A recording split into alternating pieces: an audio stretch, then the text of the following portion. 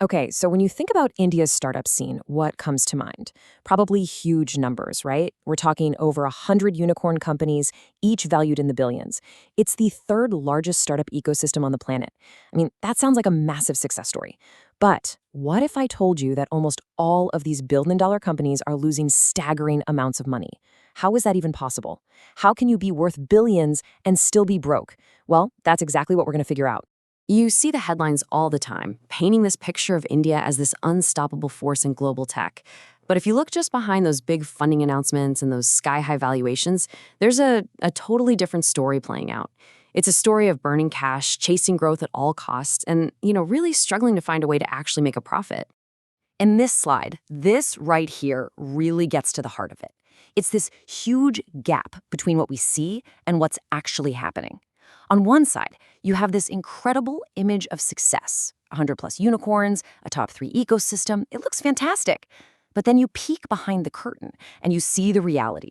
An estimated 95% of these unicorns are in the red.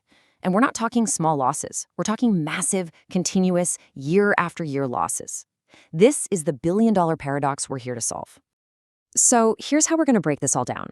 First, we're going to tackle this obsession with growth over everything else. Then, we'll dig into why getting customers in India is so incredibly expensive.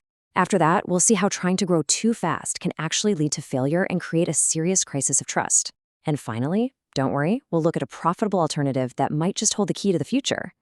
All right, let's get right to the root of the problem. You could almost call it the original sin of the whole ecosystem. It's this relentless, single-minded focus on growth. For so many of these startups, the main goal isn't profit. It's not even building a sustainable business. It's just about getting bigger and faster, no matter what it costs. Now, to understand why this is happening, you have to get inside an investor's head. And their world is driven by something called the power law. The idea is actually pretty simple. VCs know that most of the startups they invest in are going to fail. It's just part of the game. So they're not betting on every company to succeed. They're betting on finding that one company that's going to explode, grow 100 times its size, and make up for all their other losses. This creates this intense, almost frantic pressure to grow at a breakneck speed. And that, right there, is the kicker. For a lot of these venture capitalists, the end game isn't building a healthy, long-term business. Nope. It's all about pumping up the valuation as fast as possible, getting their exit in 2 or 3 years for a massive profit, and then moving on to the next one. Whether the company itself is actually making any money, well, that's often just a detail. This whole growth over profit mantra really got baked into the culture during this epic battle, like a real David and Goliath between Flipkart and Amazon. Back in 2014, Amazon comes in and just drops $2 billion on the table. Flipkart had a choice. They could play it safe, or they could fight fire with fire. And well, they chose to fight. They raised $1.7 billion and started burning through cash like there was no tomorrow. And you know what? It actually worked. They kept their top spot in the market, but in doing so, they taught an entire generation of entrepreneurs a very powerful and maybe very dangerous lesson. Growth is king, even if you have to bleed money to wear the crown. So you're chasing that growth rate, but growth needs customers. And getting customers in India, that brings its own very unique and very, very expensive set of problems. Which brings us right to our second point, the super high cost of the Indian consumer. The main weapon in this whole war for customers has been the discount. I mean, startups were offering these unbelievable deals just to get people to download their apps. But what they were doing, without even realizing it, was training an entire generation of shoppers to be hypersensitive to price. And the tough lesson they learned was this. They weren't building brand loyalty, they were building discount loyalty. The second a competitor comes along with a better deal, poof, the customers are gone. And if you want stone-cold proof, just look at what happened with ONDC, this government-backed network launched with a ton of subsidies and discounts, and of course, orders just poured in. But what happened the moment those incentives were cut back? The order volume crashed. We're talking a 34% drop in just 6 months. The deal seekers just disappeared. It's a perfect little case study that shows you that demand built on discounts is often just a complete illusion. And what makes this all even harder is a simple economic reality.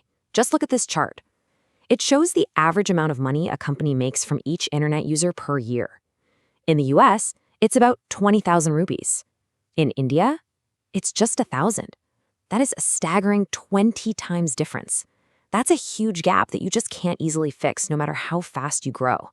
Okay, so these companies are burning through piles of cash to get customers who aren't really that valuable to begin with. So what do they do next? Well, they try to expand. But as we're about to see, that often just leads to even bigger, more complicated problems. This is what I like to call expanding directly into failure. You know, a lot of Indian founders have this dream of creating a super app, like WeChat in China, one single platform that does everything. But the reality? It's a lot messier. Instead of being great at one thing, they end up being kind of mediocre at a whole bunch of things. Ola burned through almost $200 million trying and failing to get into food delivery. Paytm went from a simple, successful wallet to dozens of different ventures, leaving everyone just scratching their heads while their main business got neglected. And then you have the operational nightmares that are kind of unique to India. One of the biggest killers is return to origin, or RTO. That's when a customer just sends an item back. The person behind the source video actually ran his own e-commerce business, and his RTO rate was 35%. Think about that. For every 100 sales he thought he made, 35 of them came right back. He didn't just lose the sale, he had to pay for shipping both ways. It's this silent profit killer that can turn a business that looks successful into a total money pit. So, this constant pressure to grow, combined with these huge losses from trying to expand too fast, and all these tricky operational problems, it all leads directly to our fourth point, a crisis of trust. Because when the real numbers don't look so good, well, companies tend to get a little creative with the numbers they show to the world.